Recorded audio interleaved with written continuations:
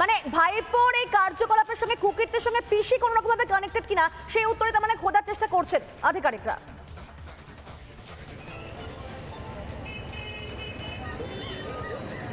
হ্যাঁ দেখো, এই মুহূর্তে কিন্তু তোমার এই যে বাড়ি, আমার ভিডিও জার্নালিস্ট কার্তিককে আরও একবার দেখাতে বলবো, এই বাড়ি, এই যে প্রাসাদম বাড়ি, যে বিরাট বাড়ি, সেই বাড়িতেই কিন্তু ইডির আধিকারিকরা রয়েছেন এবং তারা কিন্তু তদন্ত করছেন, জিজ্ঞাসাবাদ করছেন।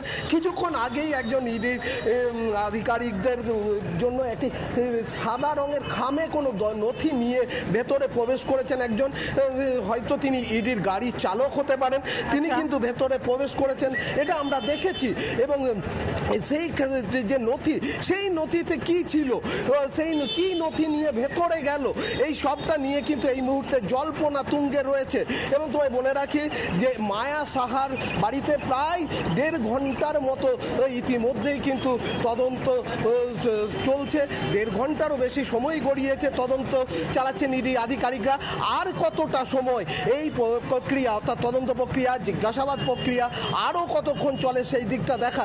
কেননা যেটা আমার সহকর্মীরা জানাচ্ছিল যে তারা বিভিন্ন জায়গায় আজ ইডির আধিকারিকরা পৌঁছে গিয়েছে, জীবন কৃষ্ণ সাহার বাড়িতে পৌঁছে গিয়েছে, মুর্শিদাবাদের একাধিক জায়গাতে ইডির আধিকারিকরা রয়েছে।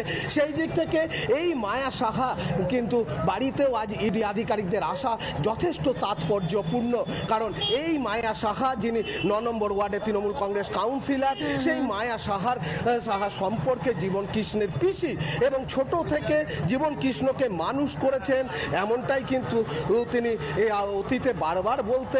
এবং সেই জায়গা থেকে ভাইপোর যে কুকীর্তির অভিযোগ যে ভাইপোর বিরুদ্ধে উঠেছে, তাতে কোনোভাবে পিসি বা তার পরিবার কোনোভাবে যুক্ত কিনা সেই দিকটা ইতিমধ্যেই তদন্ত প্রক্রিয়া চলছে। এবং সেই তদন্তে কি কি উঠে আসে সেই নিয়ে জল্পনাও তুঙ্গে উঠেছে। উৎসাহী মানুষের যথেষ্ট ভিড় রয়েছে, কারণ বাজার এলাকা এবং মেন রোডের ওপরেই কিন্তু কাউন্সিলরের বাড়ি, স্বাভাবিকভাবেই কিন্তু উৎসাহী মানুষ তারা কিন্তু ভিড় জমিয়েছেন এই মুহূর্তে। একেবারে কাউন্সিলর এবং যথেষ্ট স্বনাম রয়েছে সেই কাউন্সিলরের বাড়িতে এই মুহূর্তে ইডি আধিকারিকরা তারা তল্লাশি অভিযান করছেন। এবং সবচেয়ে বড় কথা হচ্ছে কিন্তু অতীতে আমরা বারবার দেখেছি এই নিয়োগ দুর্নীতির ক্ষেত্রে যখন যার যার নাম উঠেছে, এটা একটা লং প্রসেস ছিল, মানে কখনো একদিন পার হয়ে গেছিল, কখনো 14-15 ঘন্টা 20 ঘন্টা। আজকে কতক্ষণ ধরে ইডি আধিকারিকরা সেখানে থাকেন এবং তল্লাশি চালান, সেটাকে অবশ্যই নজর থাকবে আমাদের। নানা ধরনের কন্টেন্ট দেখার জন্য লাইক করুন, শেয়ার করুন আমাদের ফেসবুক পেজ, সাবস্ক্রাইব করুন আমাদের ইউটিউব চ্যানেল। পাশাপাশি অন্যান্য ব্রেকিং নিউজের জন্য অবশ্যই চোখ রাখুন রিপাবলিক বাংলায়।